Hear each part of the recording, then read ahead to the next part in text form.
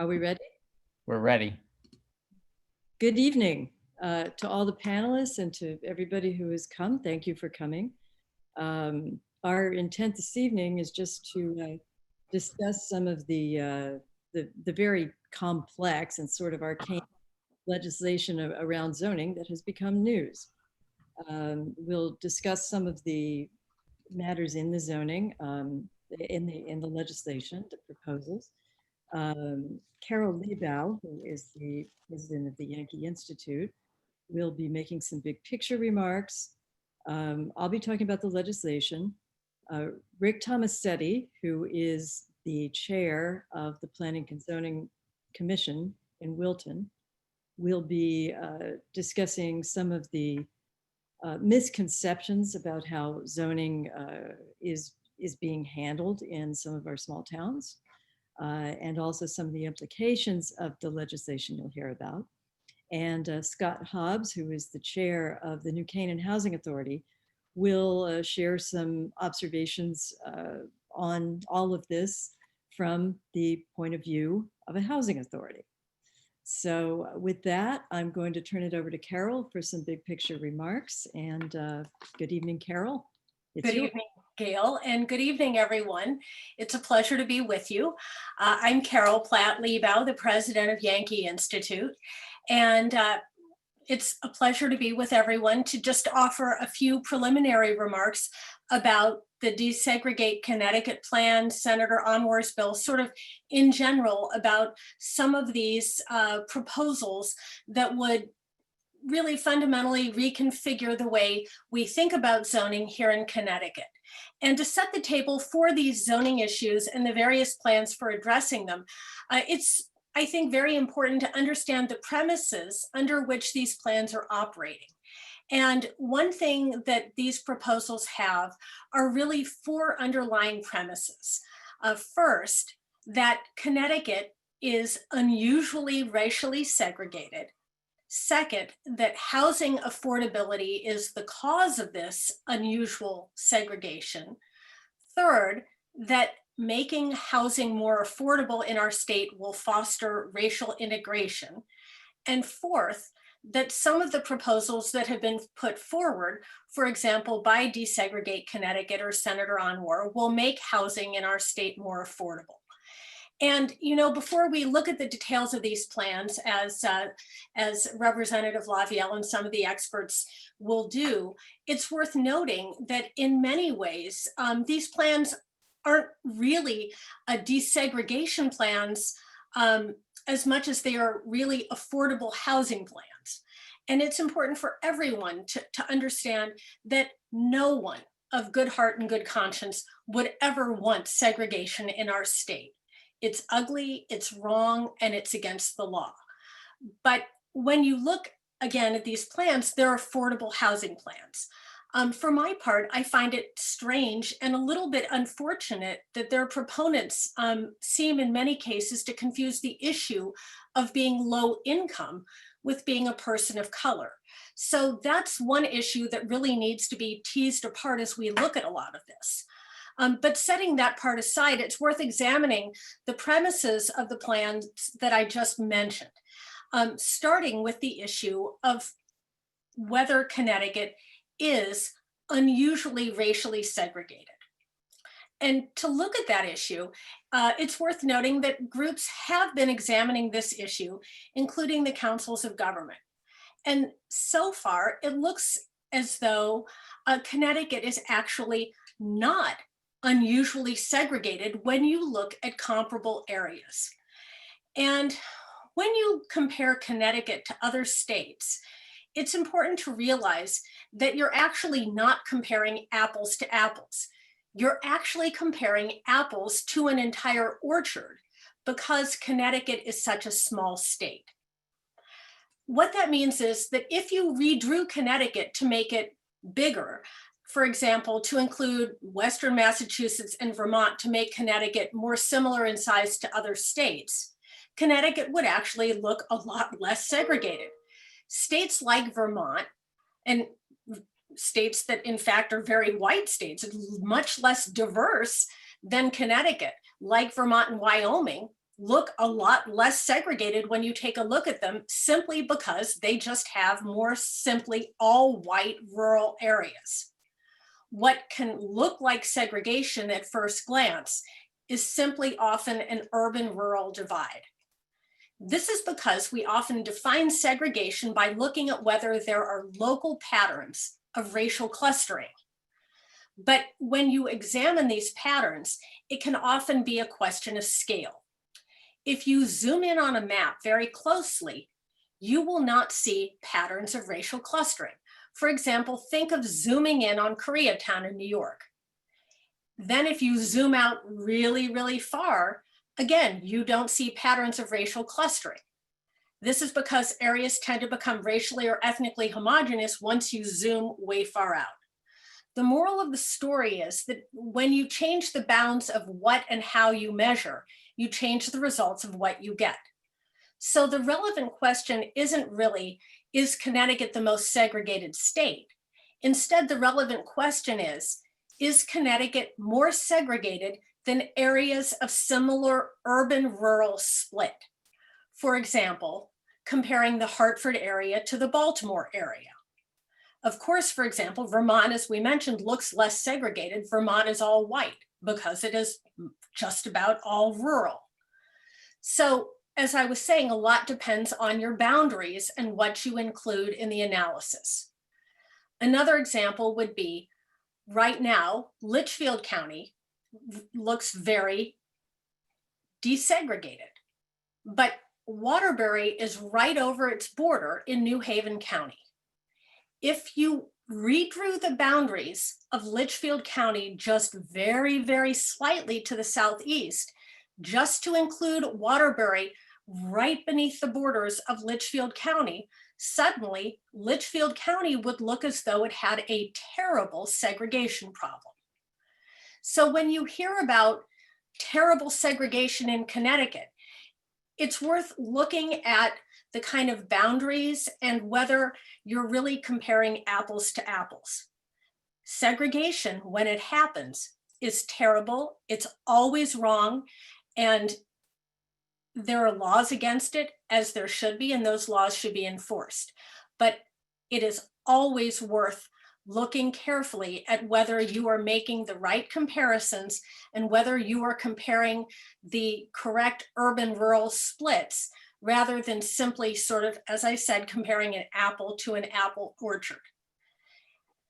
So racial integration and diversity has already been happening in Connecticut. The question is it happening fast enough? And to that end, if I'm able to share my screen, what I'd like to do is show, let's see if I'm able to do this. I don't know if the technology will let me do that. Yes, here I am. Can everyone see this context of Connecticut residential patterns? Gail, can you see it? Yes. Okay. So if you, everyone should be able to see racial residence patterns over time.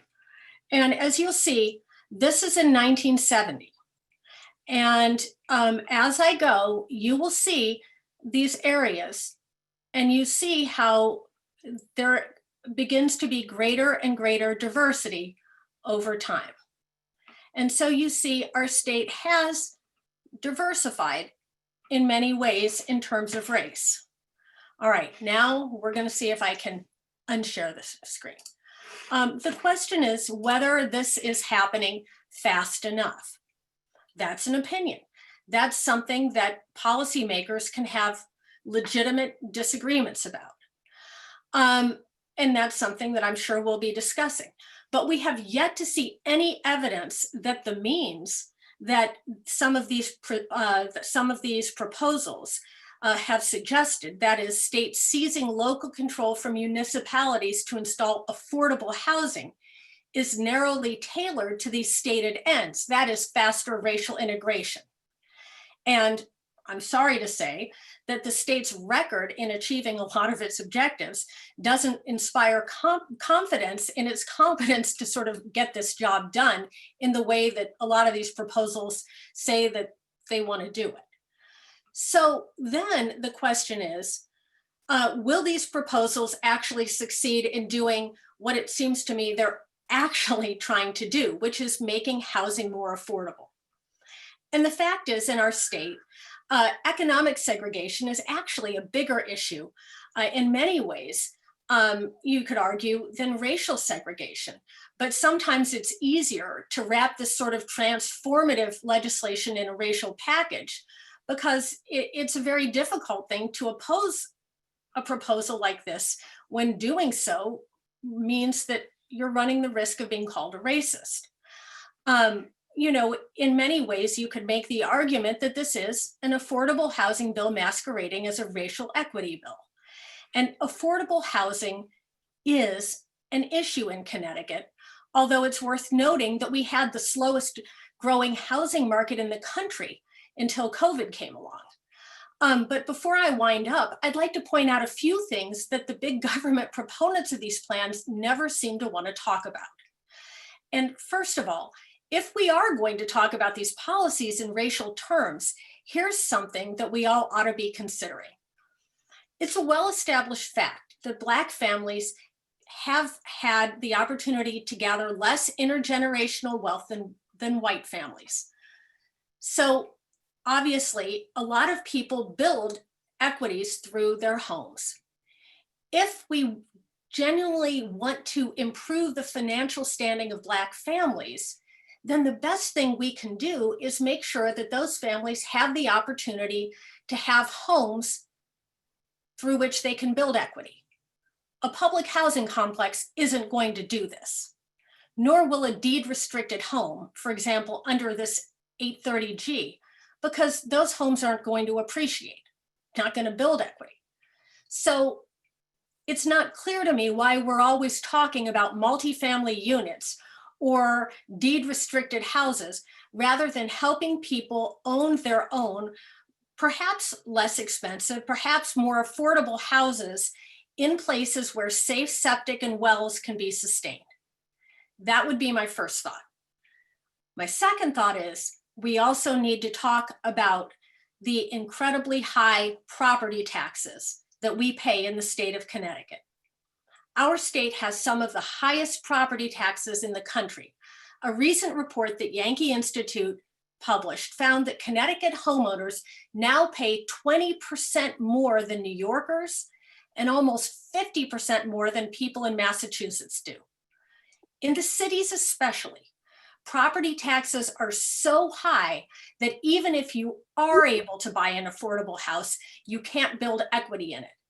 And I would say that the punitive state property taxes here in Connecticut are keeping people of color in our state from building home equity. For example, in Waterbury, it is not unheard of for people to pay $500 a month for a mortgage and $800 a month in property taxes. That's ridiculous. And so finally, my last point would be, with all the new affordable housing that these new proposals would contemplate, you're going to need all these systems to sustain them. They involve jobs, transit, infrastructure, all the rest. And so, as always, the question comes down to, how do you create all of this? Do you do it through market forces, or do you do it through government? And as always, Yankee Institute believes the best way to do things is not through the heavy hand of government, through coercion. It's through free market and, free minds and free markets. These bills, these proposals have really been the most radical approach to zoning we've seen, in 100 years. And in essence, what they do is say that the system is not working, and so we want to completely blow it up. They completely changed the relationship between the states and towns, and they're worthy of very careful thought and deliberation. And with that, I would just throw it over to you, Gail. Thank you, Carol. Thank you very much. What I'm going to do is just go through some of the things that I'm sure many of you have been hearing about,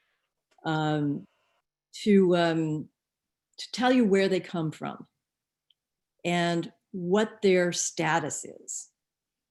whether they are just proposals somebody has floated or whether they are bills that have gone somewhere or draft bills that are ready to go when the time comes. Also, I will conclude with some observations from the Connecticut Federation of Planning and Zoning Commissions, just to give a little perspective. So I would start by saying you've heard a lot about Desegregate Connecticut, which is not a legislative entity. In fact, it is nothing but an advocacy organization. So we know that. You've heard a lot about Senator Anwar's bill. And Senator Anwar is a senator, and he is the co-chair, the Senate chair of the Housing Committee. Justin Elicker, the mayor of New Haven, made a suggestion, but that is not legislation. So I want to differentiate between these things as I talk about them. However, they're in the air. It's just to add some context and perspective. So the first thing I would mention is that Senator Anwar's bill is not the first pass at zoning reform. In fact, this all began, well, it probably had even earlier roots, but in terms of concrete legislation, there were at least 2 bills that were proposed in the 2020 abbreviated aborted session. One was Senate Bill 110, the other, which was in the Housing Committee, and it actually passed through the committee.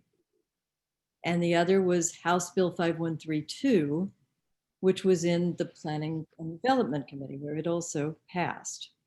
And there were a couple of provisions in those bills that you'll see appear later in the Anwar bill. Just briefly here, Senate Bill 110, the one in housing, talked about allowing municipal public housing authorities to expand their jurisdiction, their area of authority outside their towns.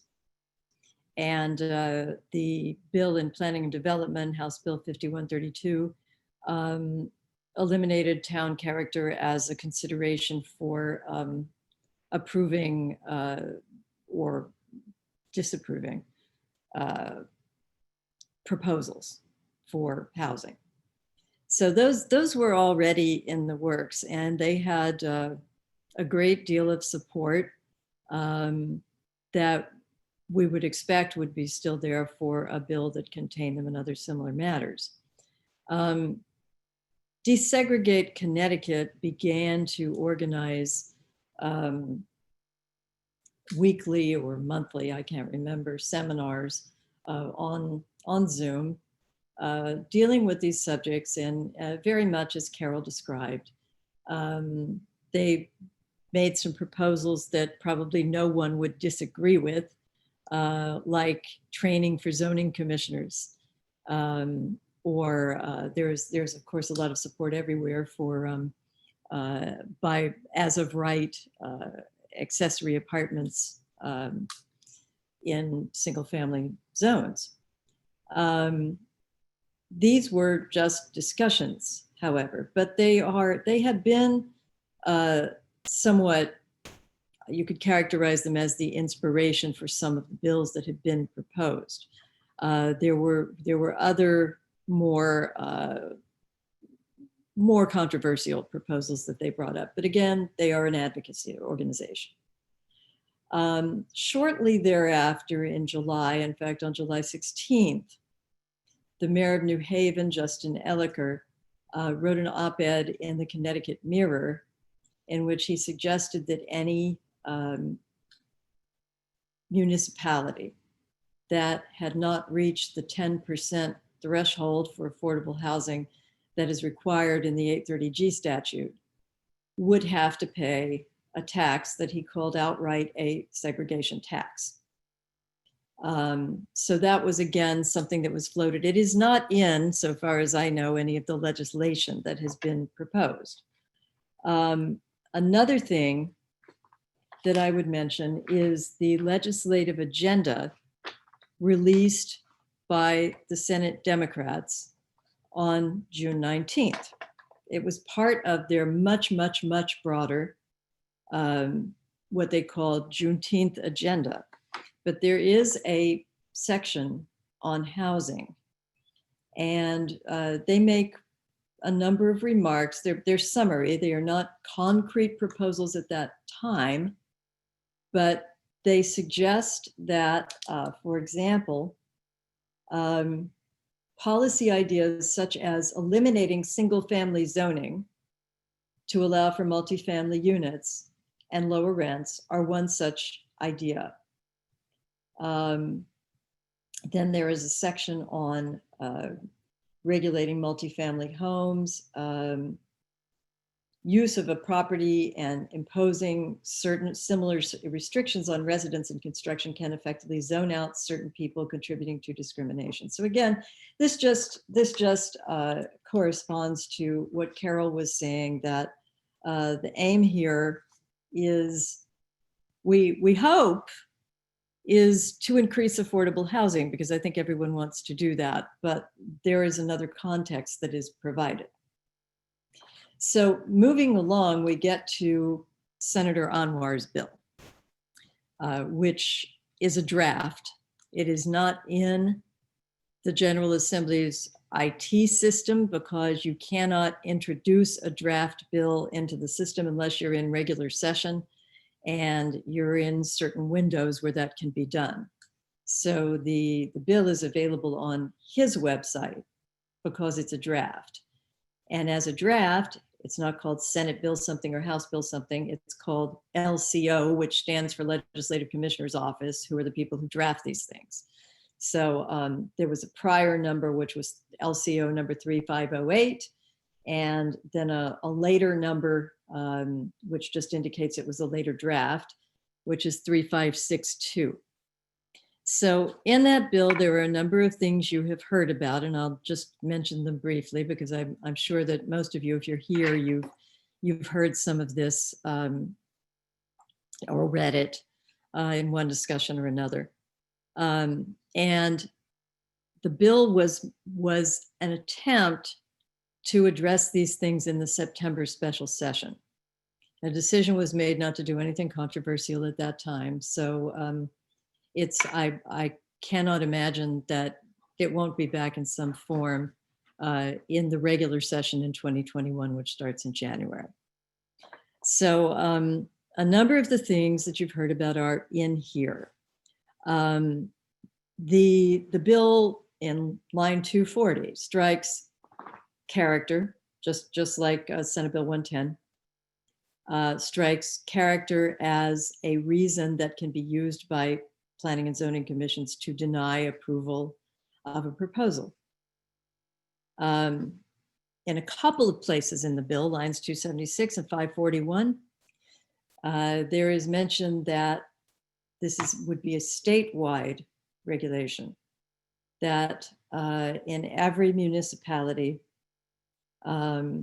it's possible, pardon me, this may only be in towns that are greater than 5,000 people. One of these is constrained just to that size, but that would be most towns. In 50% of a half-mile radius around transit facilities,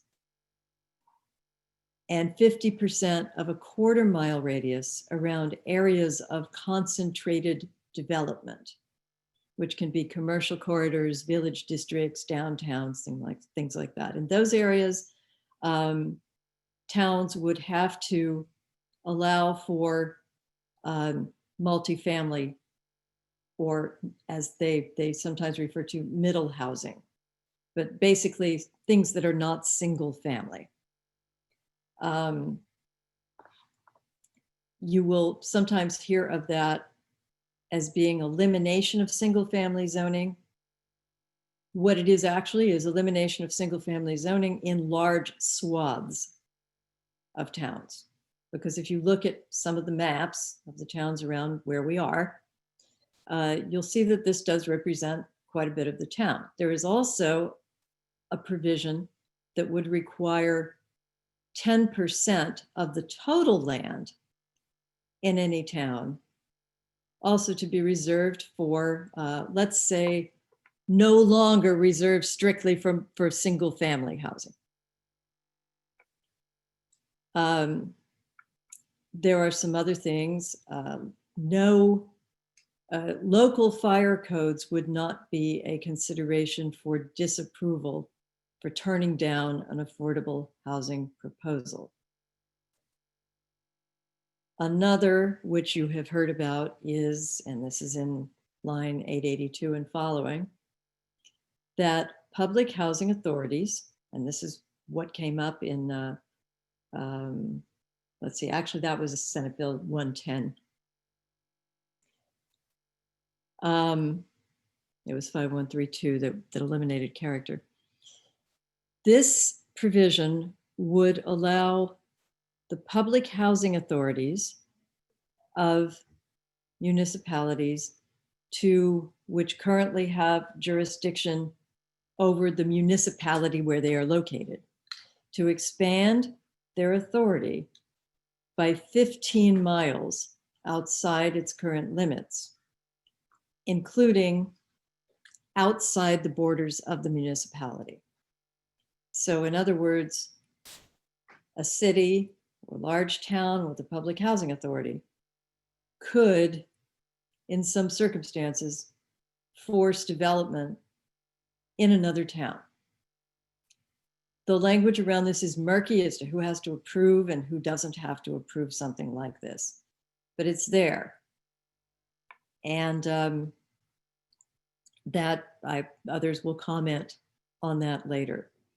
There are some other things in here. Again, as I mentioned, one of the Desegregate Connecticut proposals for training of zoning officers.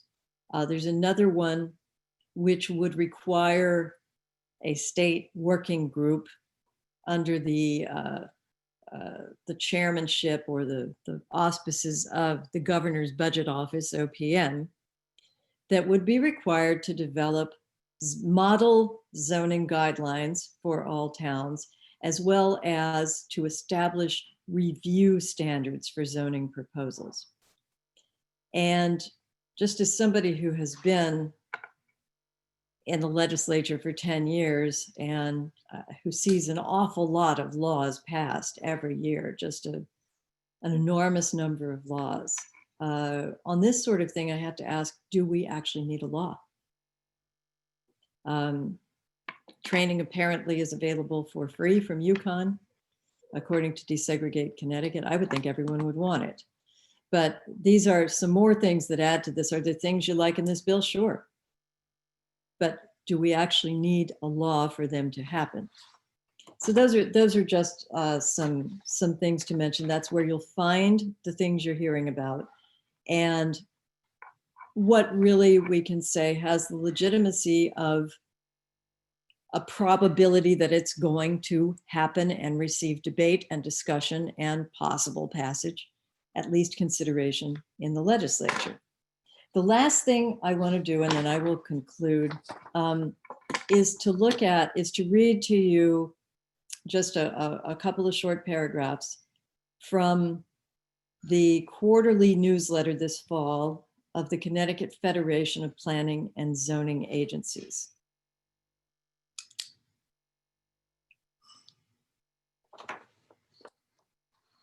So, it is the opinion of the Federation that the proposed legislation, Senator Anwar's proposal, removes the authority of a local land use agency to preserve what is known as the single-family neighborhood. Instead, the state would usurp this authority and impose in its place a uniform statewide plan. This legislation is unnecessary, as nearly all municipalities have taken steps to amend their zoning regulations so that a variety of housing choices are available to residents of this state. The proposed bill requests significant changes to how zoning authority is exercised in Connecticut and continues the uncomfortable trend of transferring power from local government and concentrating it at the state level. So that's the opinion from I would assume, a non-political entity because it's a federation of all planning and zoning agencies. So that just gives you a summary of what we're actually here talking about. I'd like to pass this on now to Rick Tomasetti, the chair of Wilton's Planning and Zoning Commission, who will offer further perspective on what all of this means. Thank you. Thank you, Gail. Good evening, everyone. My name is Rick Tomasetti. As Gail said, I am the chair of Wilton's Planning and Zoning Commission. Kind of for full disclosure, when I was first made aware of Desegregate Connecticut's policies, I immediately hopped on their website and started scrolling through their objectives. And as I kind of went line by line, I was like, wow, they must have read the Wilton Plan of Conservation and Development that we just spent a few years and several tens of thousands of taxpayer dollars to accomplish. And then I got to the component that said that we should do this all from either a regional or state level, and they started to lose me. And what I mean by that is, on balance, I think a lot of their proposals seem appropriate. They seem appropriate for Wilton. I've talked to my peers in Greenwich and in New Canaan and in Westport and Ridgefield and Darien, and by themselves, they you read the policy line and it seems pretty innocuous. As Gail said, who wouldn't want more training for land use volunteers, because we all mostly are volunteers here who care about our local communities, and that all sounds fantastic. Again, until you get to the point where it seems that it's all this top-down driven policy objectives, and then you start looking at them, and as somebody who spent the better part of a few years as part of the planning and zoning Plan of Conservation and Development in Wilton, and who now chairs the commission and is looking to do a master plan based on that POCD, it's not quite as easy as you would be led to believe when you look at their advocacy or policy statements. So for instance, you look at form-based zoning is one of their policy statements. I love form-based zoning. As an architect, I think this is a fantastic planning tool. We get to, for those of you who don't know, currently most municipalities, especially in Connecticut, we regulate use and where uses can go, and we regulate bulk and area. So how far away you are from your property line, how much of the property you can cover, how tall you can be. That's kind of the go-to suburban model from the 20th century that we're all using. Form-based zoning is a lot different than that. It's, use is not really considered so much, and it's more build two lines, and it's more about the form, which is fantastic, especially in village cores, especially in urban environments. But when you take places like Wilton, or you take places like Avon or Washington Depot or Old Greenwich, you quickly become aware that the design professional, I happen to be an architect that practices here in Connecticut, you look at it and you're like, oh my God, there are so many unknowns here, and it requires a lot of investigation. This is not a top-down approach. This is an approach that you need to do with careful thought and careful planning and careful mapping for each individual location, right? You can't just say, we're gonna have form-based zoning all over Connecticut and it's gonna work out fantastic. Well, my streetscape is much different here in Wilton than it is in Old Greenwich. And they're gonna have different requirements and different build two lines. So they could say all they want, we should have form-based zoning. I'm all for form-based zoning, but I don't know how that's going to impact my community. And I believe that my community is best served by understanding how that form-based zoning works.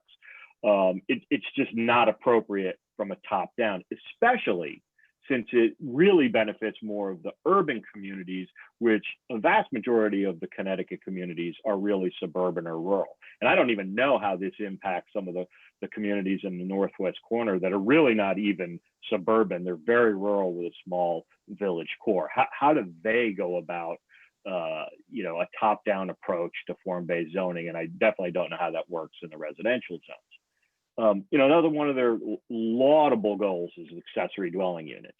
Well, I look at the accessory dwelling units and I say, this is a great practical approach. It provides affordability to local property owners. And for those of you who don't know, an accessory dwelling unit is effectively, you can hear them called nanny pods or, in-law apartments, but they're basically another unit of housing that, people in single family zones would put on their existing single family lot. And they're usually constrained a bit in terms of where you can put them and the size and the scale so that it keeps into context with the existing neighborhood. And it's a great solution. It's a great solution for, people who have in-laws or folks that want to move in. It's great when, kids come back from college and they need a place to live. They're great investment potential. They can absolutely have an impact, I believe, on town's grand list. I think all the way around, they're good things. However, they come with some consequences. And I think, folks who live in a single family residential zone might be a little concerned that it becomes more of a two-family zone. And so I think for the most part, most of the communities have limited their size. However, this is another example of Desegregate Connecticut and Senator Anwar's bill, I think, is pretty far behind the times. Wilton, Ridgefield, we've been leaders in this for years. Wilton's had accessory dwelling units by right in our attached to a house for years, I think like 20 years now. Ridgefield's had accessory dwelling units allowed by right as far back as we can remember. And a couple of weeks ago, Greenwich made accessory dwelling units by right. Last evening, Wilton made accessory dwelling units detached by right. So, I think on the ground here, we know what our communities need, and we're well ahead of this stuff. So that's another example of that top-down approach where we're just really ahead. But then you start looking at things like gentle density. It sounds so romantic. It's gentle density. Let's talk about that. And you talk about middle housing. And I look at it and I say, this to me is just an alphabet soup of planning ideas that they've put together because they wanted to do something and they wanted to act quickly and they thought the time was right. But gentle density sounds fantastic. It's going to be gentle. It's not going to hurt anybody. We're all going to get along. But you start to look at 50% of the area within a half a mile of the transit hub. You look at a quarter mile from a commercial corridor. Then I look at my community and I say, well, we've got this thing called the Route 7 corridor and the Danbury line, which runs our entire town. Now, I didn't look at our GIS maps, but I would imagine that it's a third to a half of the length of Danbury Road in Wilton is in a commercial zone. But the other half is R1A, R2A zone, which is our single family residential zone. And we've allowed certain modest development in there over the years. We have this zone called adaptive reuse so that we can preserve some of that character, which we're not supposed to talk about in those zones. I fear that legislation like this or policy objectives like this will now force the density into our single family zones where the kind of natural organic development would normally happen throughout the whole corridor, where we have the ability to really service that density through transportation and potentially through utility services like sewer, water, gas, and electricity. But in their example, we'll either be forced to do it to both, which is probably overdevelopment, or those areas will stay as single family, and now we'll force into areas that don't make a lot of sense. The other part of this gentle density and middle housing that's a little bit of an issue, again, on paper, sounds great. And if I were in a location down in South Carolina in a flat land with nothing but open farmland that we were going to develop, or if I was in the Midwest where everything was flat and perfectly on a grid, I understand it. Even Hartford, maybe Norwalk, maybe Stamford. It makes so much more sense because the planners are thinking about these things in terms of an urban context. You look at places like New Canaan, you look at a place like a Wilton or a Ridgefield or a Weston, and you start to quickly understand that just because as the crow flies, you're a quarter mile or a half a mile away from a village center or from a transportation corridor, there may not be access there you might have to go 5 miles to go around. Sorry, we live in the I believe I live in the country, around the cow barn to get to that 10-acre lot that's actually not accessible. So again, it's another example of this top-down approach that doesn't make any sense.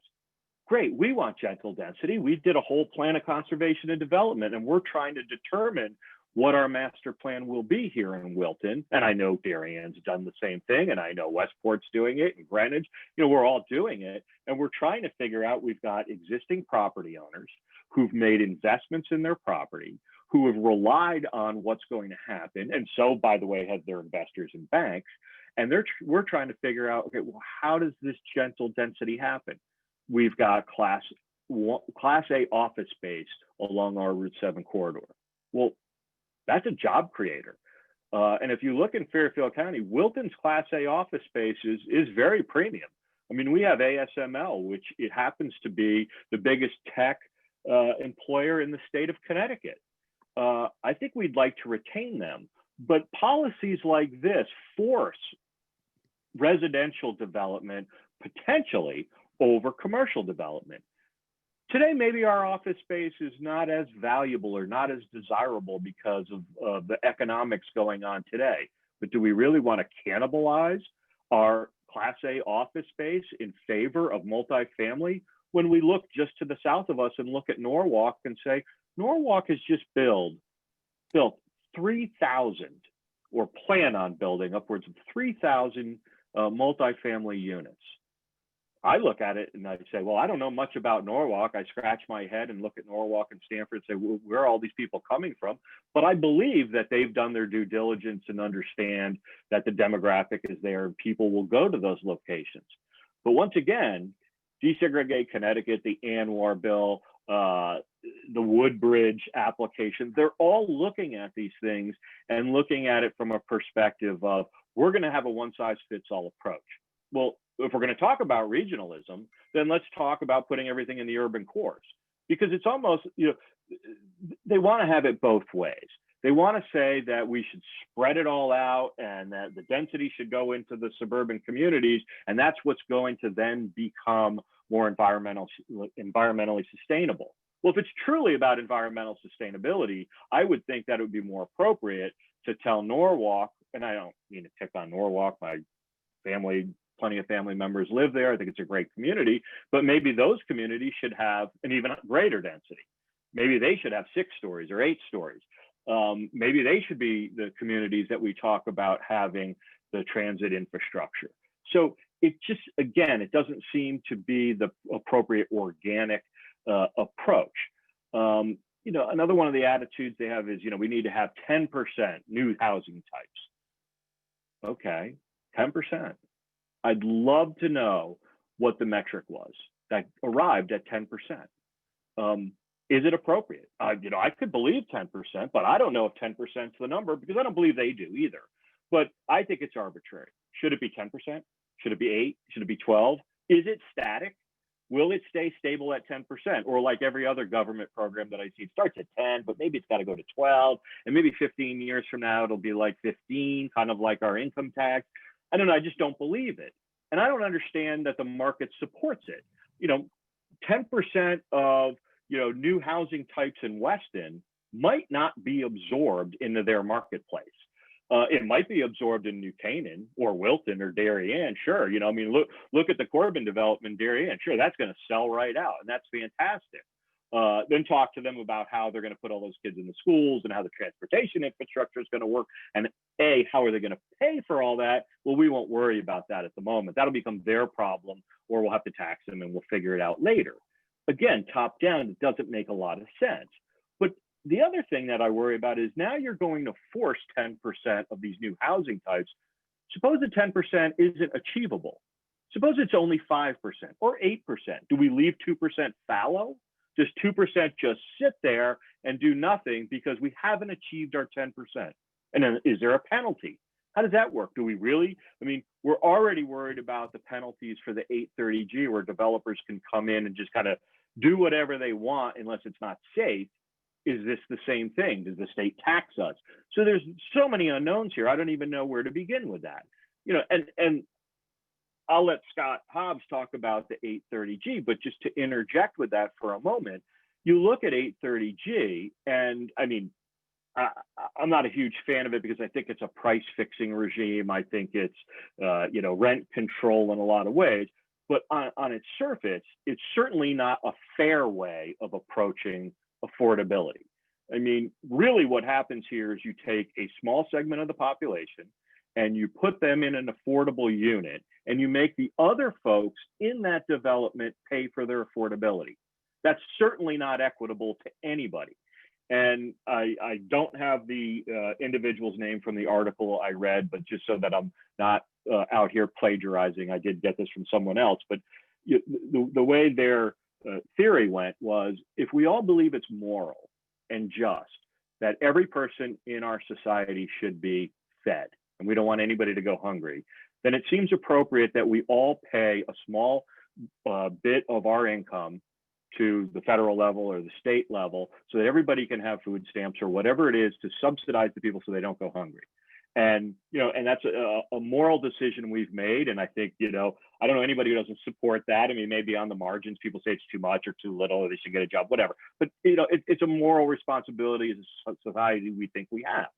Well, if the same is true for housing, then why are we forcing, 20 people in a housing development to subsidize, four individuals or four owners in that development? That seems more amoral than anything else. That seems so unfair. And by the way, it really just does nothing but increase the cost to those individuals who are subsidizing the rest of that development. I can go on. Parking reform. Parking reform is fantastic. I am a true believer that parking self-regulates. If I can't find a spot to go dine out at a restaurant, I'll either not go to that restaurant because it's probably too full, or I'll park in somewhere else and go somewhere else. I think my time is running, but but anyway, I look at that and I say, parking self-regulates. But what happens in the urban centers? What happens in the suburban centers? They're much different. You take a community like Byram. Byram is completely full, and there's no parking there now. If they increase the density, they don't have the mass transit to move forward with any more density if their parking is reduced. Similarly, in some of the suburban communities, I could live a half a mile away from our local market called Village Market. That would be fantastic. And maybe on a beautiful fall or spring day, I wouldn't mind walking there to get lunch. But, in January, I don't think I'm walking back there with a load full of groceries. So again, it's another one of those top-down approaches that doesn't really work. I think some of my time is running out because we want to get to Scott. But I think in a nutshell, what I'm seeing through all of these proposals is that this top-down, taking away local approach doesn't make a lot of sense. First of all, we're all already on most of this stuff. Second of all, most of the policy objectives that you're looking to put in place probably don't work as a blanket statement for every community. And every community has their own geography, topography, character, and culture that needs to be addressed. So with that, I will give it back, and I'd like to, I think Scott Hobbs, who is the head of the New Canaan Housing Department. Scott, you're up. Sure. Thank you, sir. Thanks, Rick. Go ahead, Gail. Yeah, I was just going to say, Scott, I wondered if I could start off just to break the rhythm a little bit by asking you a question before you Certainly. get going. We all know that building affordable housing and getting the right developers to come and make the proposals in a place where it will fit and something that they feel that is lucrative for them is difficult, because 830G only requires, the small percentage of units need to be affordable. And of course, when you're doing that, you're building, say, 70 apartments that are market rate and 30 that are affordable. And you don't end up increasing your percentage because the denominator goes up faster than the numerator. So the question I wanted to ask you was, what is the real cost of developing affordable housing in towns like New Canaan and Wilton? And how can we get over that hurdle and drive that cost down? Sure. Well, I mean, I think that there's a general misconception that there's something about affordable housing, that developers make an unbelievable amount of money when they build housing. And the reality is they don't. I mean, on average, you probably end up having 10%. And that means that some guys end up making 30 or 40% and hit a home run. And lots of other people go broke and end up in bankruptcy. I mean, they end up trying to develop housing and it goes broke, and the second guy buys it and he goes broke. And then the third guy buys it and he actually makes the development work. So, I mean, developing and building housing is very expensive. So just because we say we want to have affordable housing doesn't change the economics that land is expensive. And in suburban areas that are highly desirable, land is really expensive. And then construction, the cost of construction is expensive. And just because you call it affordable does not mean that the construction is less expensive. And matter of fact, under government regulations, building affordable housing is frequently more expensive than building market rate housing. So we're increasing the cost and then we're reducing the amount that's able to be charged. That doesn't work very well inside of economics. And again, somebody has to pay that. Rick referenced the fact that it would be much more honest if we just go ahead and said, okay, we as a society want to dedicate X number of dollars toward affordable housing. And instead it gets hidden in something that says, if you're a developer, you will go ahead and build 70 market rate and then 30 will be affordable. But the reality is the market rate are going to be more expensive because they have to subsidize the affordable. And so it becomes very, very convoluted and hard. So it's very tricky to say how you can make this work. I mean, in New Canaan, we had some very observant people, such as Laszlo Papp, who I think is on this call, who recognized that when the 830G rules came into effect, that they could be potentially devastating to a place like New Canaan. And so he imposed a fee on development that ended up feeding into an affordable housing fund, which we were then able to use to seed our affordable housing projects. But I mean, without some sort of a tax base to feed money in order to seed projects, it becomes very difficult. And then even once you seed the projects, the construction is very expensive. So I'm not sure if I answered your question well there, but did I hit some of your points, Gail? Or Yes, thank you. What And what is the, in dollars and cents, what does it cost you in New Canaan to develop the average unit of affordable housing? see, that should be a simple question, and any developer would be able to answer it. As you What get has into been your affordable, average? What's been your well, average? well, this is a problem here. So I can tell you the cost that we have incurred as a housing authority, which would be between $280,000 and $400,000 per unit, which is expensive.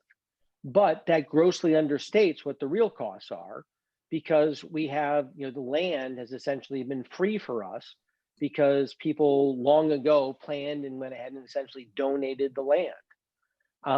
Out of those funds, New Canaan is donated or is paid through affordable housing fees, additional money into it.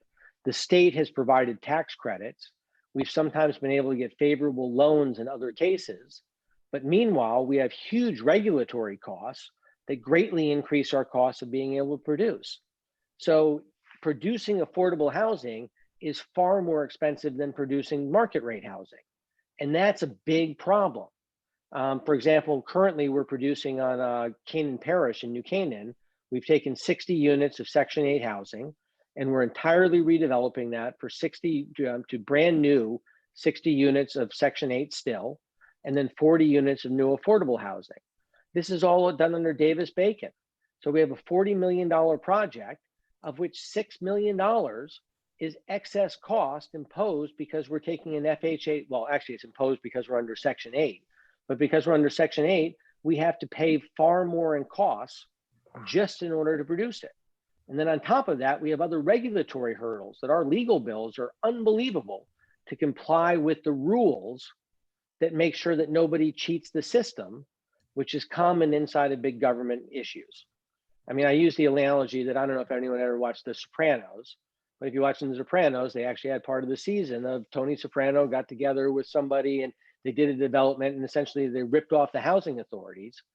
And because somebody did that somewhere, laws went into effect that every single affordable housing project has to comply with that make no sense for New Canaan. We're not Tony Soprano and his group. We're really trying to do good, yet we have to comply with the exact same compliance rules that just jack our costs up. And it makes it, again, very hard in order to make these numbers work. And in looking to, sorry, carrying that back to our discussion for today, anytime that you centralize authority inside of a given group, the rules that apply just become very painful for anybody down low trying to apply them to their circumstance. And when I think that the trials and travails of New Canaan trying to do affordable housing matter to the people in Hartford, I don't think they really do. I think there's a lot of people of goodwill who are very smart, who really want to make a difference, but they don't understand the problems that we have to try to actually accomplish what their exact goals and objectives. Scott, what would you suggest could actually be done concretely to change some of those difficulties and get them out of the way? Because I think one thing that is absolutely clear from this discussion is that nobody is disputing the need for affordable housing in our towns, around here, or anywhere, frankly. But it's a question of where are the decisions made about where is the ideal place to put it, how should it be constructed, et cetera, et cetera. So what are some of the hurdles and how would you think those hurdles could be gotten out of the way? Sure. I mean, I think that a big positive way forward is just as Rick described, that local communities come together, and we need to acknowledge that the problems that we have today are caused by decisions we made years or decades ago, solving other problems. And so there was issues about overdevelopment. Therefore, zoning committees came in and said, let's limit the development in areas. That limiting the development became too restrictive, so they relaxed some of it. Once they relaxed some of it, some people came in and abused it and created other issues, and those issues created other problems. And the reality is that solving these issues at the local level are most likely to be the most effective for each and every community. I would strongly encourage local communities to address those issues that way. And I do acknowledge that, I mean, there is a big problem that we have a lot of NIMBY people. And I personally, I mean, I'm I'm raising the 5th generation of Hobbses in New Canaan. So we've been around for a long time, and it drives me crazy when somebody shows up and says, I've been here for 10 years and this project's going to destroy New Canaan. And I look and say, I've been here for 50 years and my parents and grandparents were been here, and lo and behold, New Canaan's still a great enough place to have you come in here. We do need to change. We do need to modify what we're doing. Accessory buildings, accessory apartments, making sure we're current on parking, making sure we're current on traffic studies. There's a lot of good things. They're ideally solved at the local level. And I think the towns that choose not to solve them will find themselves at an economic disadvantage. Towns that do choose to solve them will find themselves at a big advantage. So this will work itself out over time. And when you look toward the individuals in at least like New Canaan, which I think are very representative of other people, people in New Canaan don't like to be told by other people how they need to live. And if it's imposed from the outside, there's tremendous resentment and people fight tooth and nail. If communities get together and have the discussions internally and push through things, it's more likely to come to a lasting solution. And those solutions will keep changing.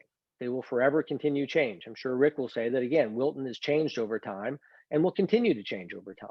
Have there been errors? 100%. Or is it more likely that Hartford putting down a one size fits all to New Canaan, Wilton, Ridgefield, Norwalk, Bridgeport, New London, Canaan, Washington is going to come up with the right answer? I don't think that's going to happen at all. One of the things that for you, Scott, or for anyone, one of the questions that has come up is that A lot of, particularly Westport, I would mention, and also in some vein, constructed a lot of small or multifamily or affordable housing units before the 830G statute was passed. And at this point, they are no longer designated as affordable because under 830G, the designation expires after it's either 30 years or 40 years. And so we're left with a lot of units that could serve some of these purposes, but they are now market rate. Is there something that could be done with them? I favor higher density where it makes sense. And I don't claim to have any ideas to what makes sense in Westport or in Fairfield or Ridgefield or anywhere else. In New Canaan, I have a pretty good idea as to where it makes sense that we could do higher density. And I would like to see higher density in some places. And in New Canaan, we have a couple of experiments going on where we are going to see higher density. And you do a couple of those projects, and then maybe things are quiet for a little while and we assess it. And did we change something too far? Okay, then we need to back off. Did it work pretty well? It did. So let's go ahead and let's do it again. And I think that that's better for creating a true market-based economy, because anytime the government interferes, it creates, somebody gets the benefit of whatever the subsidy is.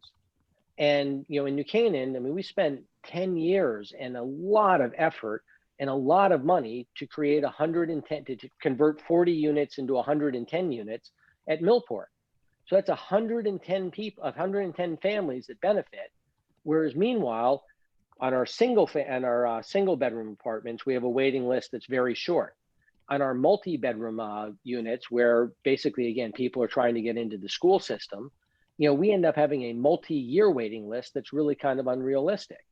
So, I mean, a question would come up, would it be better to go ahead and spend 50, 60, $100 million on creating, let's say 200 units of affordable housing, or should you spend that same $100 million on doing charter schools in Bridgeport that may very well improve the school system and allow people to move on?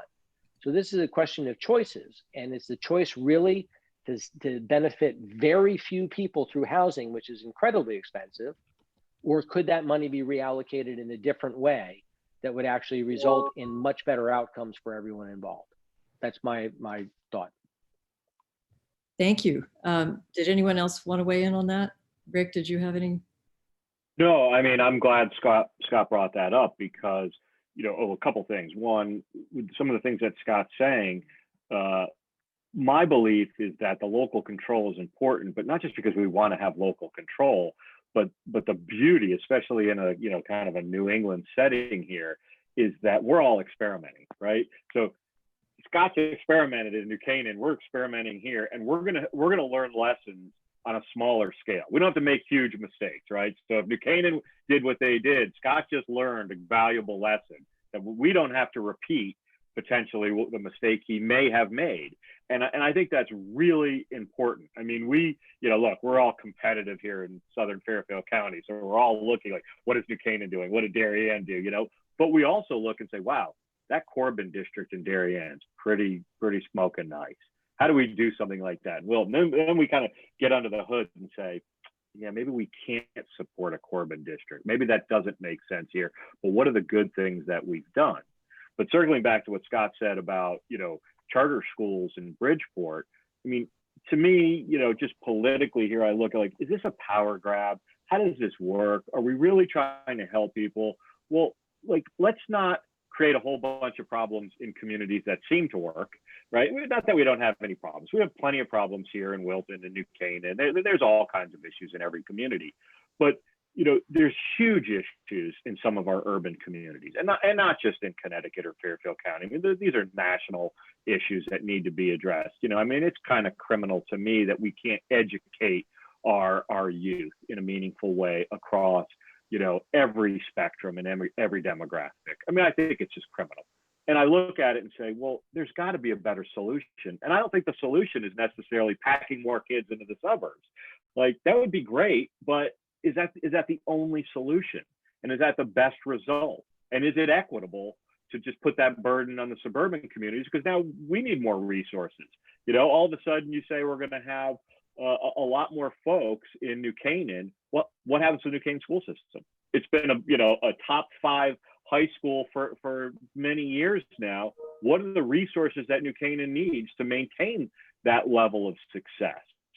Will it be as successful if they have another 1,000 kids? Or, 1,000 seems pretty excessive, but if you look at the numbers of density they're proposing, it adds up in a hurry. So I agree with Scott on that. I think we need to be just a little bit more rational about how we make these decisions.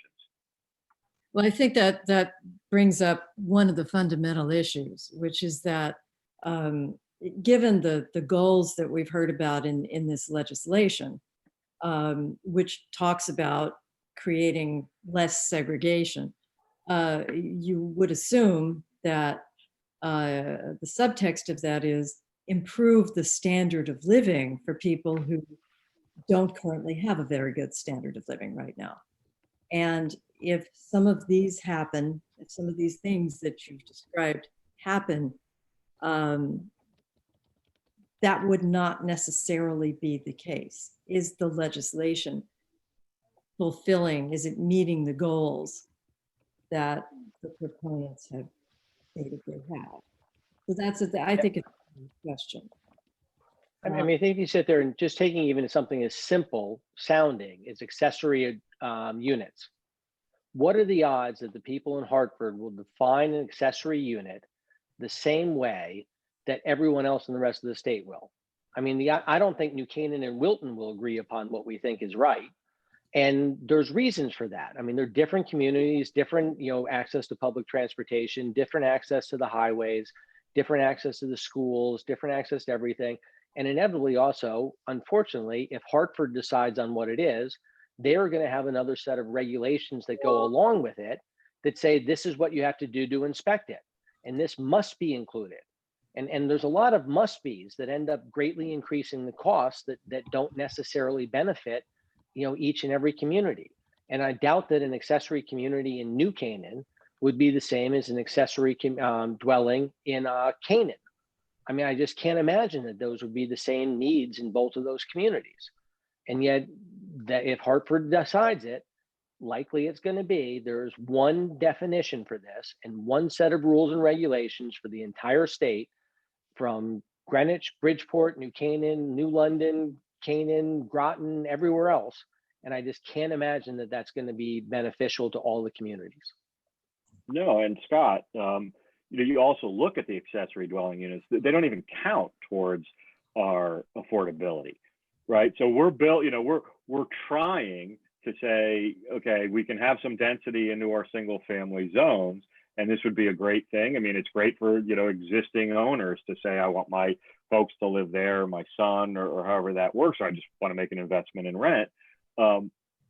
They are affordable by standards, by the homeowner standards in New Canaan or Wilton or Darien or Washington Depot for that matter. They just by definition will be more affordable, but not counting towards our 830G equation just seems completely disingenuous to me. And we talk about affordability, but all they want to talk about is affordability of the housing. And Scott very eloquently just explains that housing is expensive. Housing's expensive, and so is transportation, right? But I look at it and I say, so you want to reach down and take control over our zoning to fix our affordability, which I don't even know how they're going to do based on their proposals, but yet you haven't fixed the transportation. I still don't have a Danbury line that's electrified. I still have a 95 corridor that's basically unusable to most commuters. It drives away commerce to other states. We've got a tax regime that, doesn't really make a lot of sense.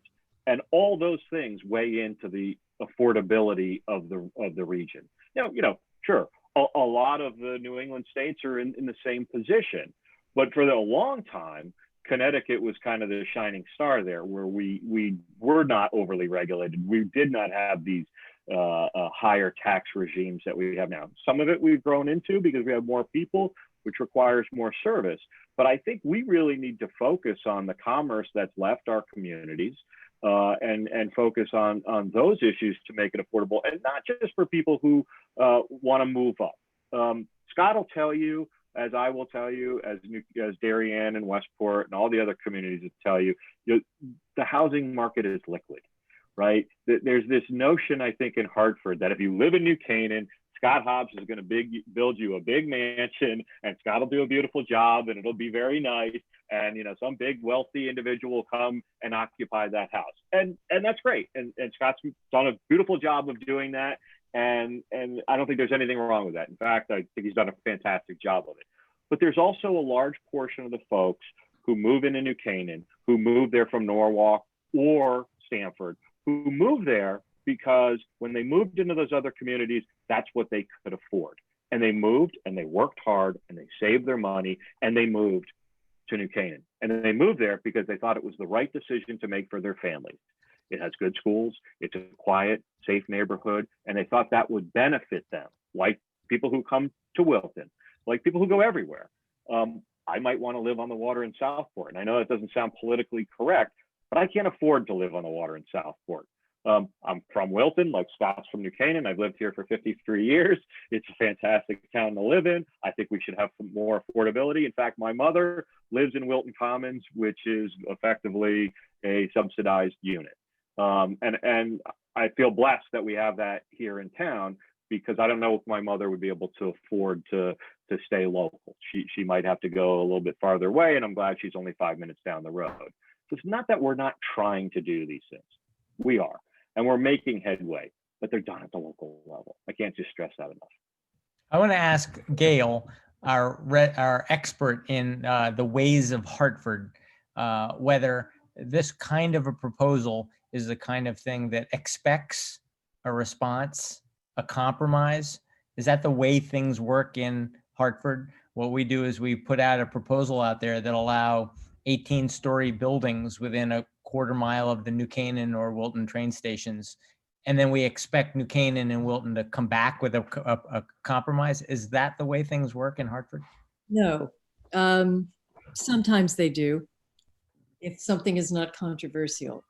There is and honestly, this might be the case regardless of which party we were talking about and if the situation were reversed.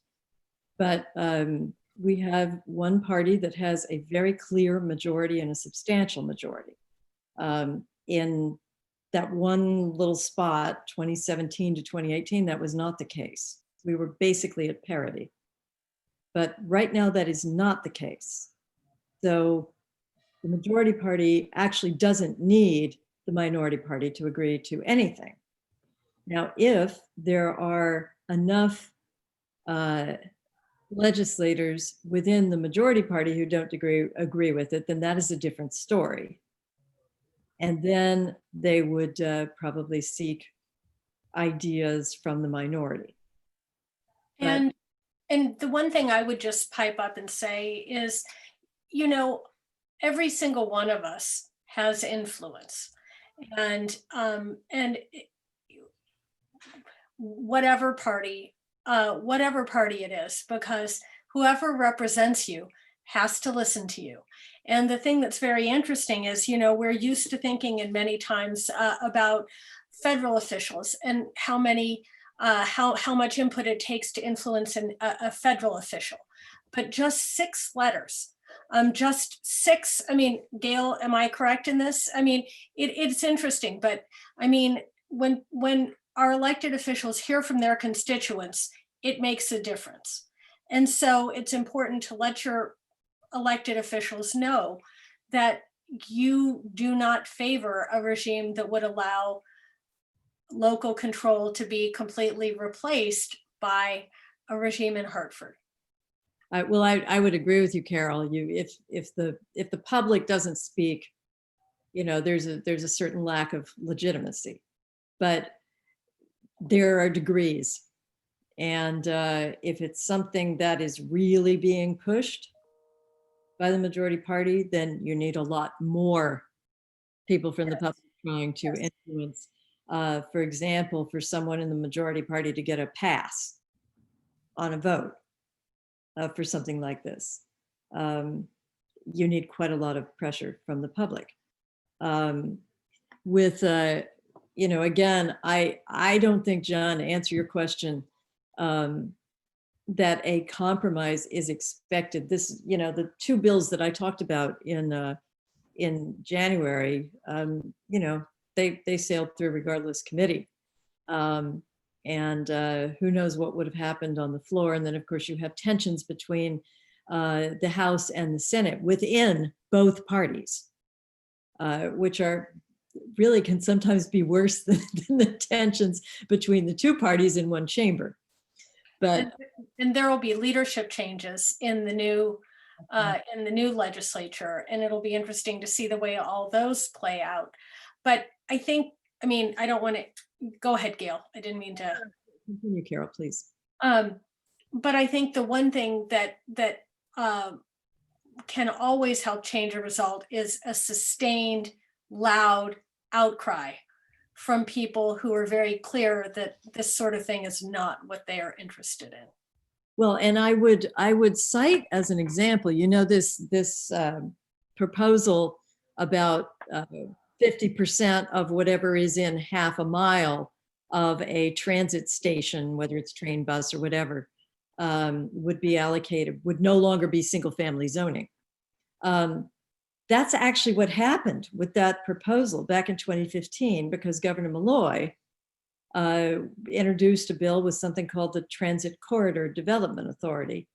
And he was going to appoint a commission that would henceforward determine what would happen in exactly that size zone in any town in the state without demanding, without asking for or requiring the approval of the town itself or any of its officials. And that was roundly defeated by big public outcry. So, and a lot of us in Fairfield County got very involved in that. So that would, if this, you know, goes farther than committee, which I imagine it would in some form, if people want to oppose it, that would be the kind of thing we would need to see. And we will always keep you informed about it on the yankeeinstitute.org page. It's the thing we will be tracking in our legislative outreach operation. Thank you, Carol. Just thought I'd throw it out there, Gail. I thought it was interesting what Rick said earlier. I think Laszlo, do you have a question? Yeah, not question. I have some comments. Go ahead. Those who don't I heard my name mentioned for some doing some solutions in New Canaan. I served on planning and zoning for 27 years, 15 of it as chairman. So I was in the trenches. My experience and my recommendation comes from those people who did work and did achieve some goals, rather than people who throw in all kind of nonsensical ideas into the hopper and expect that legislation will come out of it. In New Canaan, well, first of all, zoning, the states told the towns, health, welfare, and property value. Work with those goals and create regulations which serves that purpose, which we do all in plan of conservation and development every 10 years. So when last time it came up in New Canaan, we said it's unfair to put it is fair to have affordable housing, but it's unfair to put it on a burden of some developers serve somebody else. And this is a community issue, so the community has to solve So we put into the plan of conservation and development a surcharge over every building permit fee. That is the seed money which produced a great number of affordable housing now in the third period of getting exempt from the burden of 830G. And as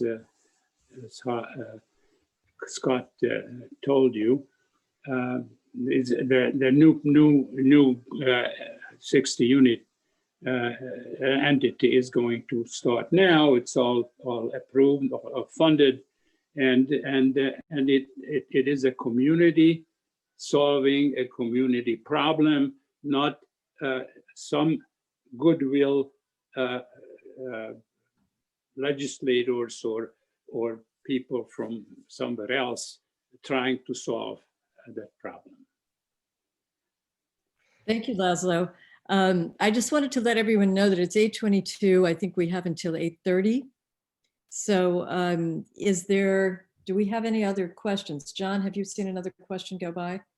Oh, I'm seeing many questions. I wanted to mention that Rick said earlier he looked at a lot of the principles in DesegregateCT.org, and he said they match our plan of conservation and development. It seems like the most offensive part is that they want to take away control from planning and zoning.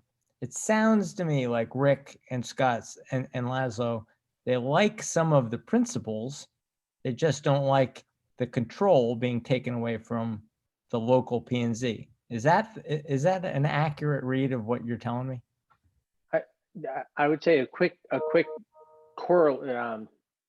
clarification on that one is it's not so much that we want to be in control as so much that centralized authority has proven over and over and over and over again that their answers are bad. So it's not that we need to control things, it's that the centralized authority has proven forever that they do not do this in a way that really results in good outcomes for people. Ergo, it defaults to centralized control, not that we need to go ahead and say that we have to be in control of this. Sorry, Well, just quick opinion. Yeah, no, absolutely, Scott. I mean, look, people who know me, I'm a libertarian. So when I first started reading this stuff, I'm like, oh, you're going to free up property rights for owners where they have more options on their own property. My initial reaction, this sounds great. And then you keep reading into it, and then what actually happens on the ground. It's kind of Laszlo's point, like, what are you doing here? Well, what really is happening here on the ground, and how does it work to benefit everybody in the locality? So it's almost impossible to do that from a top-down, regional, state, national level. I mean, they can do a couple of things, as Laszlo pointed out. Look at health, safety, and welfare. Yeah, those are all perfectly laudable ideas that they should make sure everybody's adhering to. The actual kind of nitty-gritty nuts and bolts of these things, that needs to happen at the local level, because it's just too nuanced. And Well, I agree with Scott. I don't think you can do it at the higher level. They just their track record is awful. I would just point out that all of us have a stake, I would think, in trying to keep every unit of government as close to us as possible. It is always easier to get a hearing from your selectman than it is from your governor. It's easier to get a hearing from your governor than it is from your president. And so the point is that it is in everyone's interest to try and make sure that you are always able to keep your governing authority as close within your reach as possible, because that is how you're going to have the most control over the decisions that are going to affect your life. That's how you keep control over your destiny and your freedom. Just a thought. I guarantee Rick is caught in the coffee shop and talked about these things, and people let him know his opinion. Absolutely. Whereas we know that we had a governor recently who disappeared, and you couldn't get any word to him on anything about anything. And that's not good. I mean, you could always find Laszlo, you can find Gail, you can find Tom, you can find all of our representatives close. You can't find the people up in Hartford who will be making these decisions. That's the whole question of accountability. How strongly is someone in Hartford who's on a commission formulating all of these guidelines, how strongly is that person going to feel accountable to us down here? Not at all. So that's one of the big issues that come up when we talk about these subjects. I think we've got time for one more, and I've seen a whole lot of chatter on the chat coming back about that issue of affordable housing units losing their designation after a while. Now, I know, and my good friend Terry Wood is on the call as well. And she and I have both, I don't know how many together, I can't count, how many times we have each introduced legislation to get those units to be designated in perpetuity. And every time they don't even bring it up for debate. It just, the committee kills it.